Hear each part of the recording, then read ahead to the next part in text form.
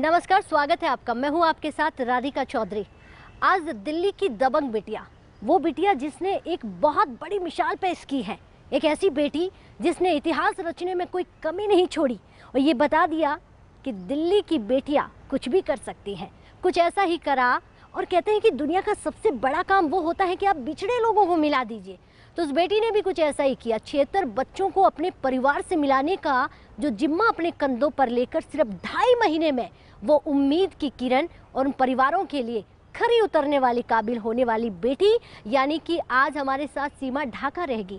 वो तमाम बातें, आखिर सीमा ढाका से आज सभी बात यही कर रहे हैं कि कांग्रेचुलेशन, बहुत अच्छी। पहले आप जिस पोस्ट से पर थे उससे बेहतर आप एक कदम आगे बढ़े हैं। एक बहुत बड़ा एग्जाम्पल सेट हो रहा है, क्योंकि तमाम जितने भी पुलिसकर्मी हैं अब उनके लिए ये हो जाता है कि सीमा ढाका कर सकती तो हम क्यों नहीं।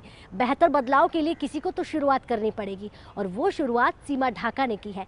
चलिए सीमा ढाका से ही पूछते हैं उनकी इस जर्नी में कितने लोग बदलाव के लिए आगे बढ़ेंगे। बहुत बहुत स्वागत है। मैं भी यही कहूँगी, कांग्रेचुलेशन, बधाई हो ऐसी हमारी बेटी को जो तमाम लोगों को बदलने के लिए आगे बढ़ रही है। जी थैंक यू सो मच। ये जो मुस्कुराहट है ना आपकी, जब मैं मिल रही थी आपसे, लोग आपके पास गुलदस्ते लेकर आ रहे हैं, काफ़ी भीड़ लगी हुई थी और ये वक्त आपने निकाला मेरे साथ, इसके लिए बहुत बहुत शुक्रिया।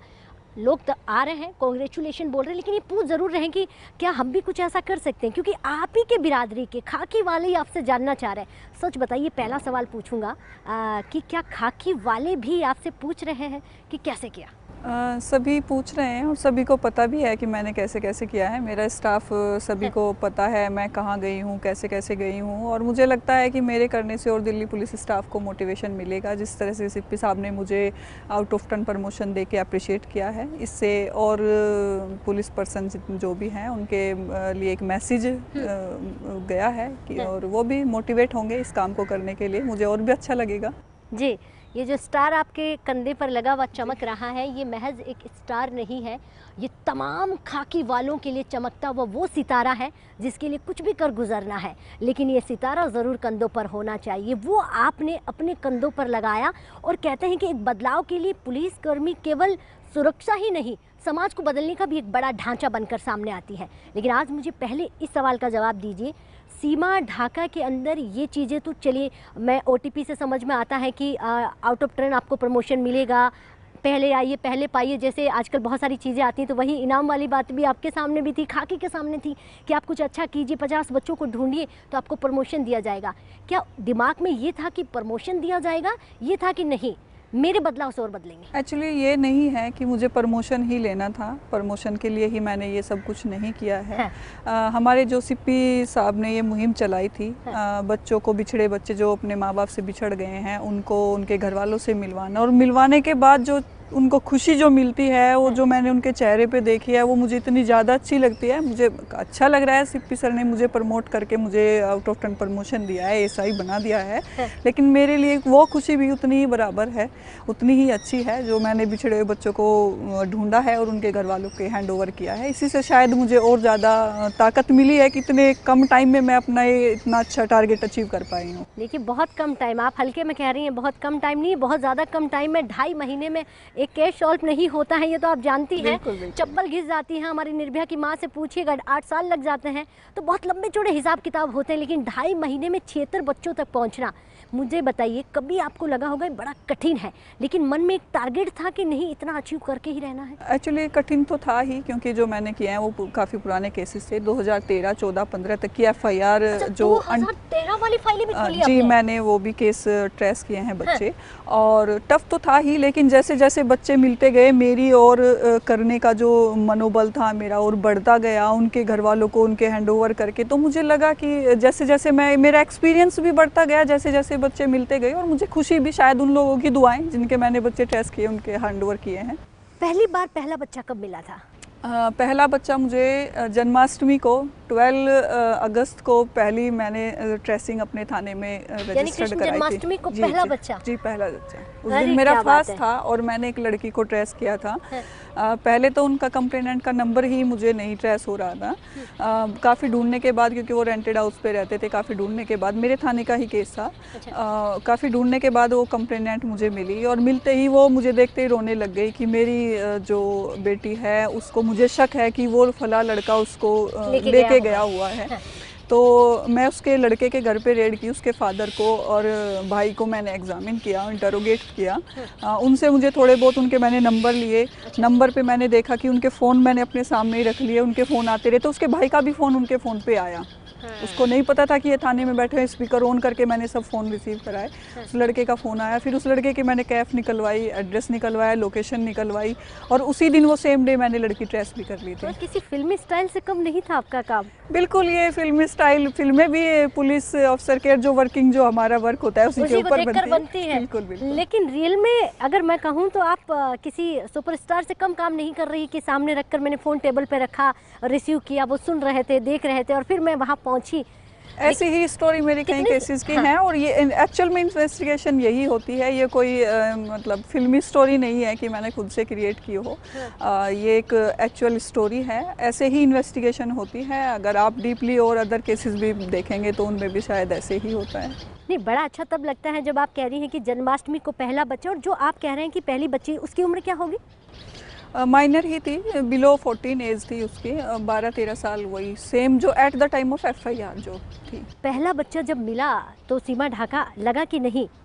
यकीनन जो खुशी मुझे लगता है कि उसके पेरेंट्स इतने साल से, मतलब वो काफ़ी, मुझे याद नहीं है एग्जैक्ट वो कौन से ईयर की FIR थी, बट जैसे ही वो मैंने लड़की ढूंढी उसके मम्मी पापा इतने खुश हुए, इतना मतलब लड़की को पाके इतना मतलब बहुत ज़्यादा उन्होंने मुझे जो दुआएं दी, मुझे लगा कि ये काम तो एक्चुअल में इतना अच्छा है, और मुझे और उससे मनोबल मेरा बढ़ता गया, और फिर मैं टर्न बाय टर्न ये बच्चे। सीमा ढाका जी, अब सब जानते हैं आपके बारे में, स्टार आपने लगा लिया है, SI की पोस्ट पर आप बैठ गई हैं, लेकिन आप बताइए लोगों को कि पैसों से ज़्यादा कमाना दुआ अच्छी होती है या फिर ना? मुझे बताइए दुआ में कितनी ताकत होती है? दुआ में ही ताकत है। इसीलिए उन माता पिता की जो मुझे ब्लेसिंग मिली है उसी वजह से मैंने ये इतना बड़ा टारगेट अचीव कर लिया है, और मुझे लगता है कि उनकी दुआएं मेरे लिए ज़्यादा काम कर गई हैं। देखिए, सीमा ढाका को पहली दुआ की लत जो लगी, और कहते हैं कि अगर आपको दुआओं की लत लग जाए तो मुझे लगता है कि बहुत अच्छे काम आप करने लग जाएंगे। और देखिए, खाकी पर बहुत बार सवाल उठते हैं, शायद सीमा ढाका भी जानती है इस बात को, और पूरी दुनिया जानती है कि हर बार, लेकिन हम अगर यकीनन खाकी के बारे में जाने और उन लोगों के बारे में जिन्होंने इतिहास में खाकी ने अपने आप को आगे रखा है बहुत बड़ी जिम्मेदारी निभाते हुए, आप मुझे यहाँ पर एक सवाल बताएंगे कि एक तो आप बेटी हैं, महिला होने के नाते 8 साल का बच्चा था आपको, कभी हस्बैंड ने, कभी बेटे ने नहीं कहा कि, क्योंकि देखिए बच्चे जो लेकर गए हैं वो गुंडे भी हो सकते हैं, कुछ भी हो सकते हैं, क्रिमिनल हो सकते हैं, तो कभी ऐसा नहीं कहा कि आप रहने दीजिए? नहीं, एक्चुअली हस्बैंड भी स्टाफ में हैं, उनको भी पता है पुलिसिंग क्या है और कैसे काम करना होता है, और उनको पता है कि कोई मेरा SHO मुझे अकेली को नहीं भेजेगा, मेरे साथ स्टाफ भेजते हैं, तो सबको पता था कि ये स्टाफ के साथ जाती है, अकेली नहीं जाती हैं। और टाइम का तो शेड्यूल बिजी होता है पुलिस का, अगर कोई इस तरह के केसेस करते हैं तो सही है, ठीक है।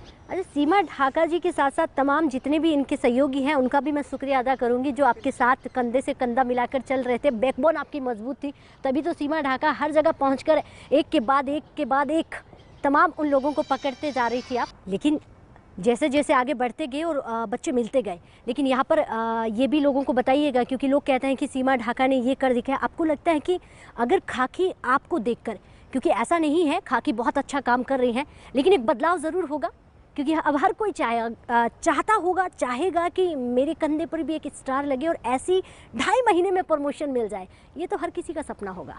यस मैम, ये तो सभी प्रमोशन तो सभी चाहते हैं, अच्छा काम करके कि प्रमोशन हमें मिले, और मुझे लगता है, मुझे जैसे अप्रिशिएट किया है CP साहब ने, मुझे देख के और भी ऐसे इंक्रीज़ होंगे काम करने के लिए और आगे आएंगे, और दिल्ली पुलिस के लिए और अच्छा रोशन नाम करेंगे, दिल्ली पुलिस के लिए अच्छा काम करेंगे, तो मुझे उम्मीद है। कठिनाई आपने बताई कि बहुत आई, लेकिन ऐसा ही कठिनाई जिसे आप बताना चाहें कि क्षेत्र बच्चों को लाने में कभी खरोच तक आना हो, कभी कहीं ऐसी तकलीफ जो आप लोगों को बताना चाहें? ऐसी कोई प्रॉब्लम मुझे फेस नहीं करनी पड़ी है, और वैसे भी सिचुएशन को समझ के हम वहाँ जाते थे कि क्या सिचुएशन है, उसी हिसाब से स्टाफ लेके जाते थे। अगर हम कहीं बाहर जा रहे हैं तो हम लोकल पुलिस से टाई अप करके जाते थे, बिना लोकल पुलिस के हम कहीं नहीं गए हैं। आंकड़े कहूँ 2019 या 2020 के तो बहुत बड़े हैं, लापता बच्चों के आंकड़े, नामुमकिन जैसा लगता है, लेकिन अगर आप जैसी एक एक बेटी, एक एक खाकी वाले निकल जाएं, ऐसे ही बच्चों को 2.5 महीने में 76 और 100 बच्चों का टारगेट पूरा करें, तो आपको लगता है बिछड़े हुए बच्चों को मिला पाएंगे हम? परिवारों से? नहीं, कोशिश कभी भी, अगर कोशिश अच्छे तरीके से की गई हो तो वो कभी नाकामयाब नहीं होती है। कोशिश करेंगे तो ज़रूर, और इस कोशिश में लगे हुए भी हैं। मैं ही नहीं, और भी दिल्ली पुलिस का स्टाफ है जो मिसिंग बच्चों को ट्रेस कर रहा है, और शायद वो भी मेरी तरह ऐसे ही अपना टारगेट अचीव करेंगे जल्दी ही, और कर भी रहे हैं, ऐसा नहीं है। सीमा ढाका आज से 2 दिन पहले और आज की बात करूं, क्योंकि पोस्ट बदलने के साथ साथ सीमा ढाका की लाइफ में क्या चीज़ें बदली हैं, क्योंकि अब बहुत सारे लोग हैं, टीवी स्क्रीन है, अखबार है, न्यूज़पेपर है, हर जगह सीमा ढाका ही नज़र आ रही है। बहुत सारे लोगों के लिए इंस्पायर बन रही हैं आप, बहुत सारी बेटियों के लिए आप एक आइडियल बन रही हैं।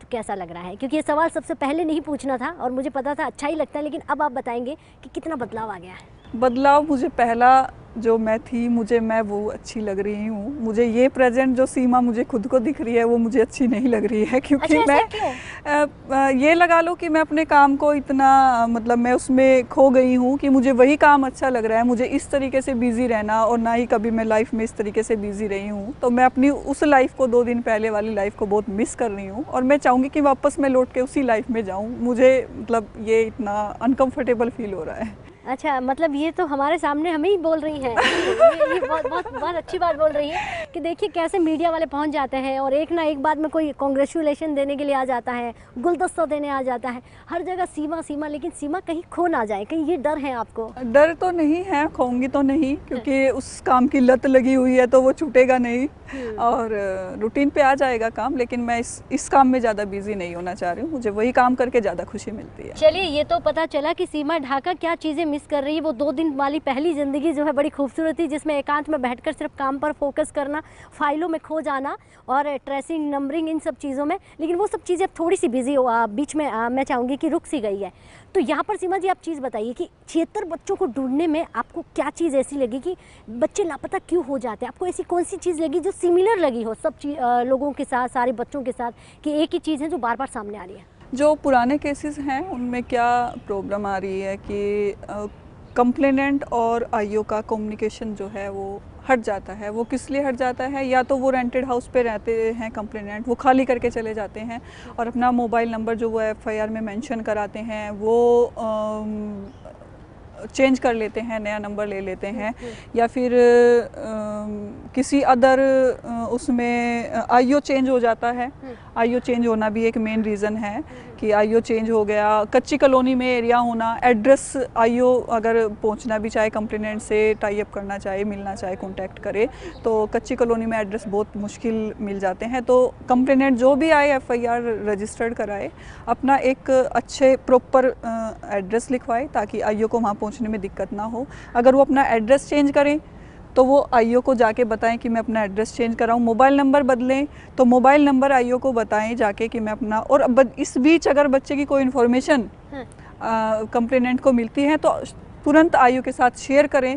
मुझे लगता है ये थोड़ा कम्युनिकेशन गैप है। बिल्कुल, आपने ये बात बड़ी अच्छी कही है। जितने लोग आपको, तो तमाम लोग आज देख रहे हैं, वो ये चीज़ समझे कि अगर आपका बच्चा मिसिंग हो जाता है, कोई भी आपके साथ हादसा होता है, तो आप एड्रेस के साथ साथ अगर कहीं घर बदल लेते तो आप ज़रूर उस थाने आइए जब चीज़ वो आपको नहीं मिल जाती तब तक वो अपडेट ज़रूर कराएं, वो अपडेट करें। तो उसमें मुझे लगता है ज़्यादा दिक्कत ये कम्युनिकेशन गैप है। कई केसेस में मैंने देखा है कि कंप्लेनेंट का ही टाई अप, मतलब कॉन्टैक्ट आईओ का नहीं हो रहा है। अगर उनको थोड़ी बहुत इन्फॉर्मेशन मिली है तो उसके अकॉर्डिंग फर्दर इन्वेस्टिगेशन की जा सकती है, केस में बच्चा ट्रेस हो सकता है।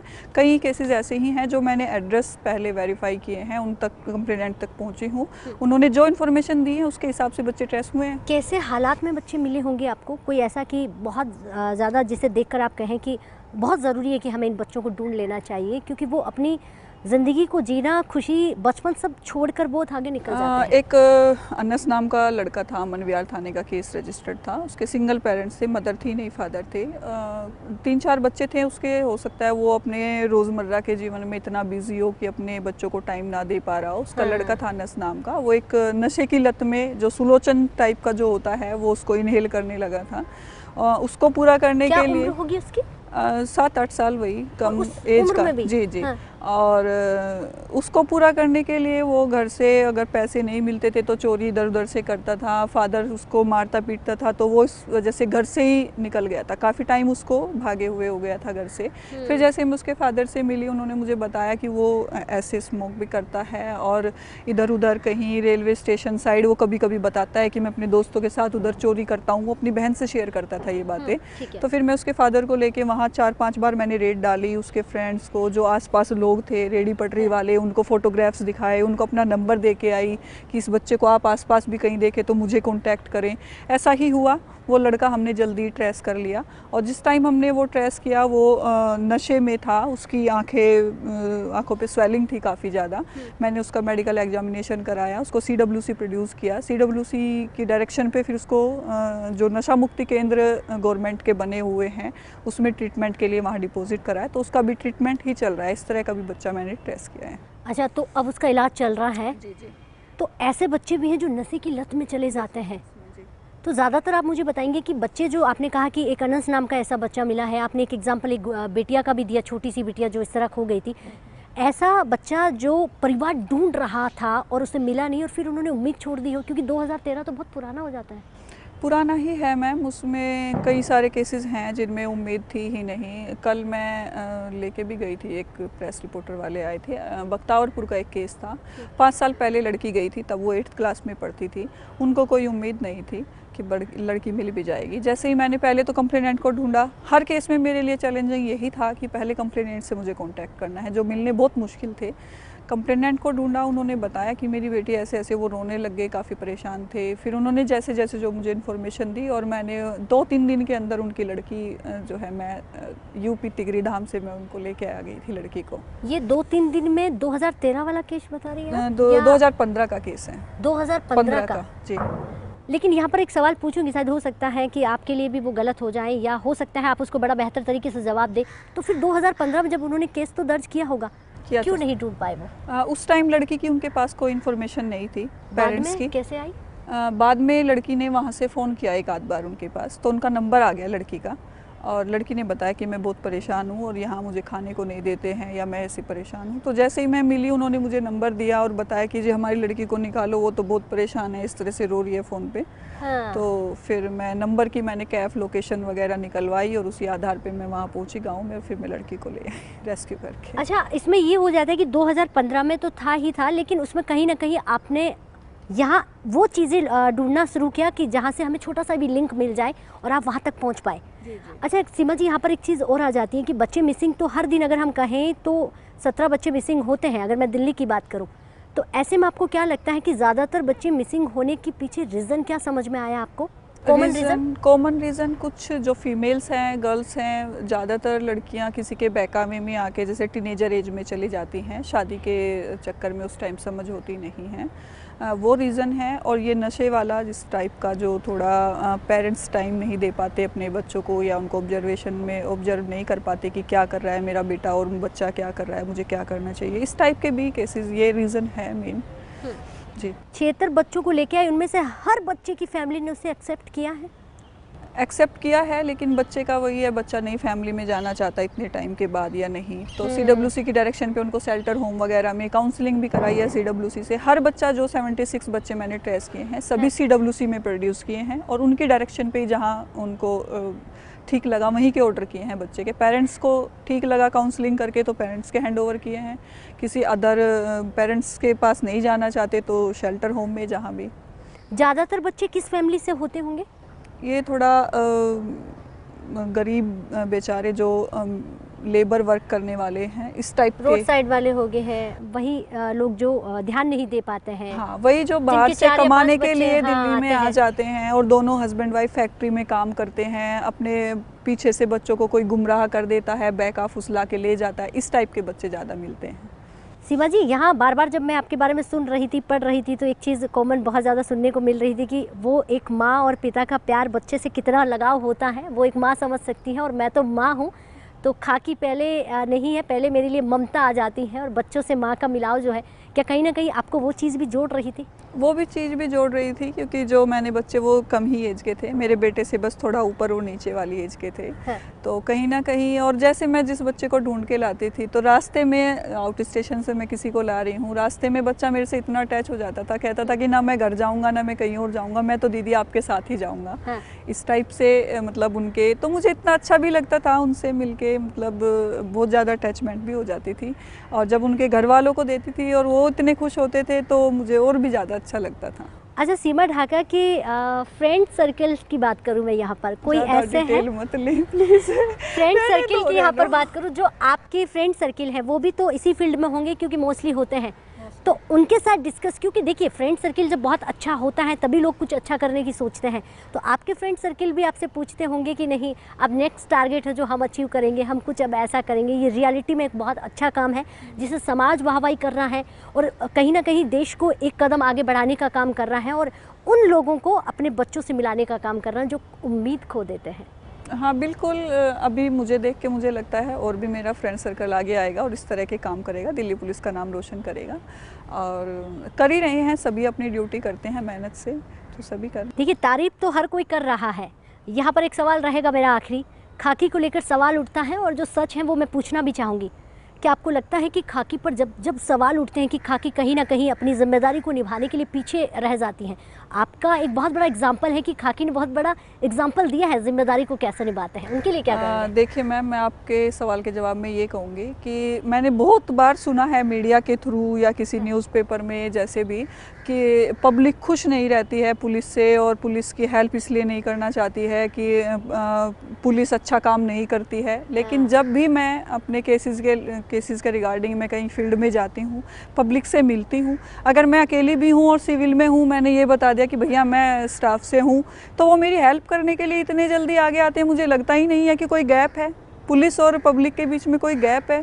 मुझे इतना अच्छा फील होता है, सब मेरी इतनी अच्छे से हेल्प करते हैं, तो मुझे नहीं लगता, मुझे सब अच्छे लोग मिलते हैं और सब मेरी अच्छे से हेल्प करते हैं, तो मुझे नहीं लगता कि कोई छवि पुलिस की पब्लिक के बीच में ख़राब है या वो अच्छी नहीं लगती है। मुझे वाकई में बहुत अच्छा लगता है, सब मुझे बहुत हेल्प करते हैं। तो कहीं ना कहीं जो ये सवाल है इसे आप नकारते हुए कहते हैं कि हमें ही कहीं ना कहीं वो जो गैप है उसको थोड़ा सा कम करना होगा, लोगों के बीच में जो चीज़ें हैं वो मैं मैनेज करनी पड़ेगी कि हाँ जो हमसे बात करने आ रहा है, जो FIR दर्ज करवाने आते हैं, तो उन चीज़ों में जो गैप रह जाता है, क्या आप इसमें मानते हैं कि बहुत बार एक सवाल होता है, क्योंकि सीमा जी यहाँ पर ये जवाब आपको देना बहुत ज़रूरी है, आपने इतना बेखूबी से और कहते हैं कि पूरी उम्मीद और ईमानदारी से काम किया तभी तो 2.5 महीने में पूरा कर लिया, आपको लगता है कि ज़रूरत है देश में ऐसे ही लोगों की जो इतनी ही ईमानदारी से काम करें, तो ये सोने की चिड़िया बनते देर नहीं लगेगा? ईमानदारी से काम कर ही रही है पुलिस और करते भी हैं, लेकिन काम का प्रेशर पुलिस के ऊपर बहुत ज़्यादा होता है, कभी कभी हो सकता है कि थोड़ा नहीं किसी को सेटिस्फाई कर पाए हों और ये अपवाद रह जाता है,